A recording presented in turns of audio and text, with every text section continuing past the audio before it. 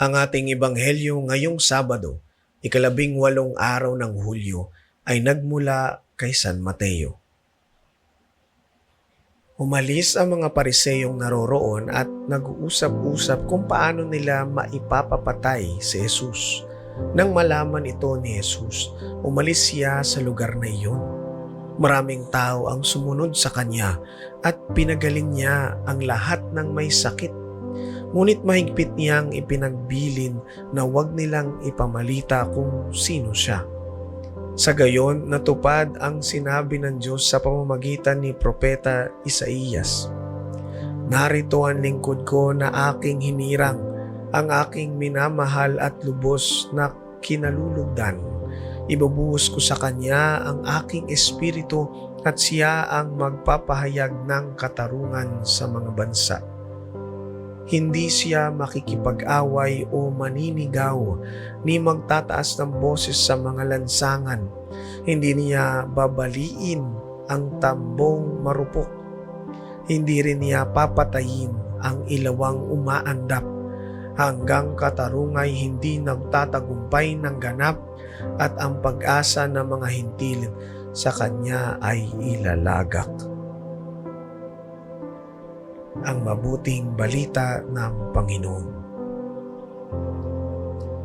Ang ating faith food reflection ay nagmula kay Brother Bernie Marco.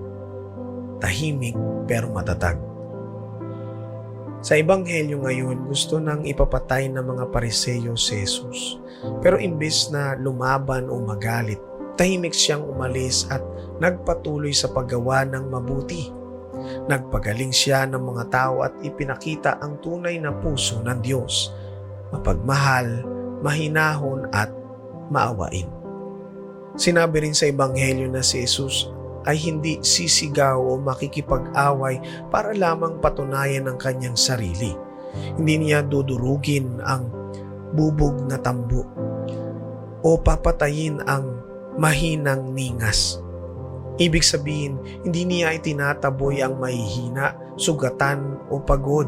Sa halip, lalo niyang silang inaalagaan.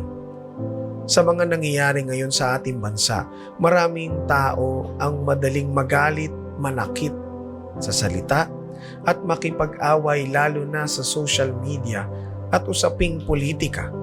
Kapag may hindi kasundo, agad nagkakaroon ng galit at pagkakawatak-watak. Pero si Jesus ay nagpapakita ng ibang paraan, ang paraan ng kababaang loob, pagtitimpi at kabutihan. Sa unang pagbasa, kinundina ng Diyos ang mga taong mapagsamantala at sakim.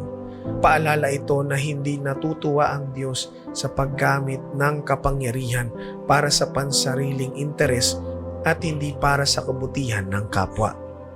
Bilang Kristiyano, tinatawag tayong maging tulad ni Jesus, kalmado pero matatag, mabait pero matuwid, mapagpakumbaba pero hindi natatakot gumawa ng tama. Hindi kailangan sumigaw para marinig. Ang tunay na lakas ay nakikita sa pusong marunong magmahal at magtiwala sa Diyos. Manalangin tayo. Panginoong Jesus, turuan mo akong maging mahinahon, mapagmahal at matatag sa paggawa ng mabuti araw-araw. Amen. Sa ngalan ng Ama at ng Anak at ng Espiritu Santo. Amen.